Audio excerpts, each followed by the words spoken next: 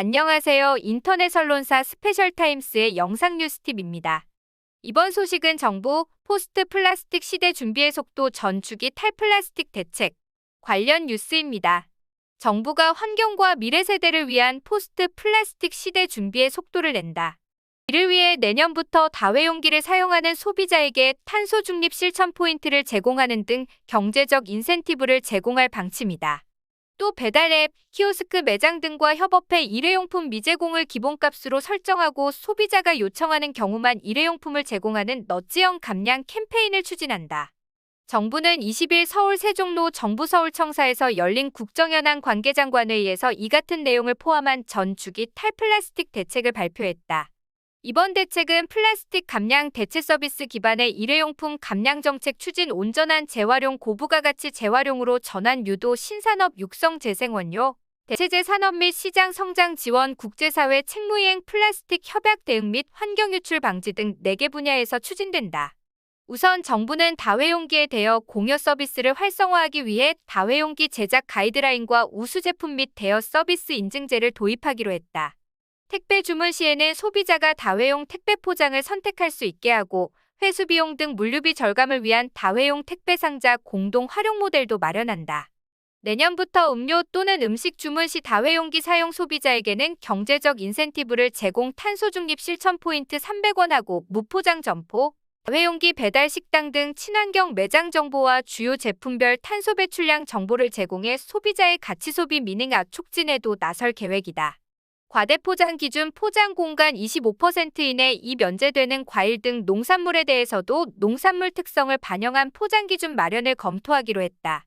생활 속에서 사용이 불가피한 음식 배달용기에 대해서는 두께, 재질 기준을 마련해 플라스틱 사용을 줄이고 재활용이 쉽도록 개선한다.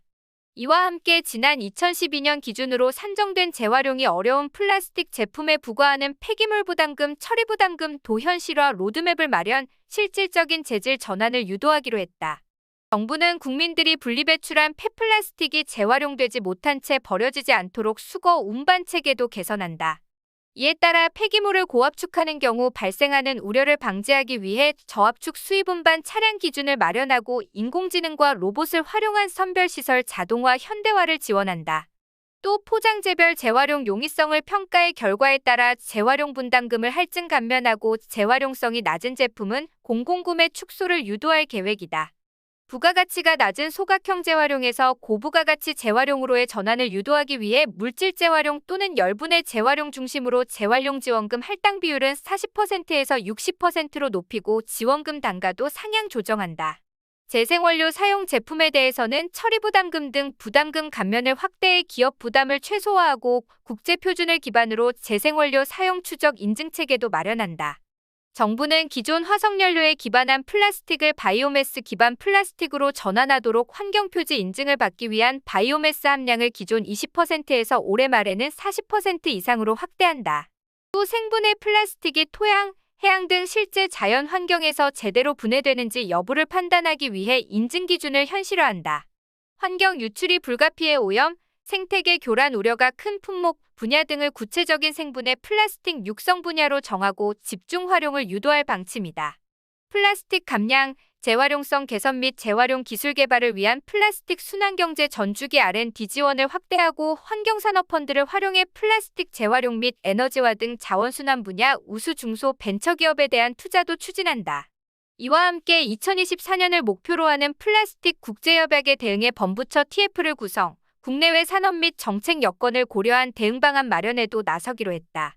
OECD 등 국제기구에서 강조하는 해양농촌 지역에 대한 집중관리도 강화한다.